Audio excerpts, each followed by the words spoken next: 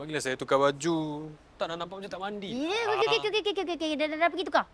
Go. Dah ke belum? Dah. Tapi... Tapi apa? Tapi... Kenapa awak bagi saya pakai macam ni? Ha? Kenapa tak bagi eyelashes, blusher, lipstick dia terus?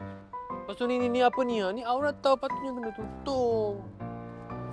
Sorry. Tapi kan, kejap.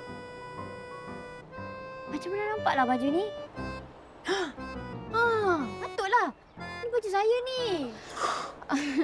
Okey, janji kita tukar lagi ya. Kali ni betul-betul punya. Tukar tau? Okey. Go.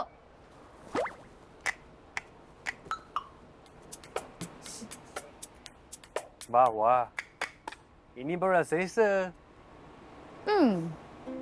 Selesa dah. Tepi sikit. Saya nak duduk.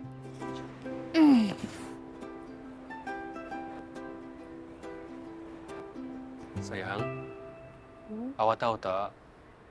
Awak sebenarnya ada cara lain untuk hidupkan saya daripada reka saya dalam fikiran awak macam ni.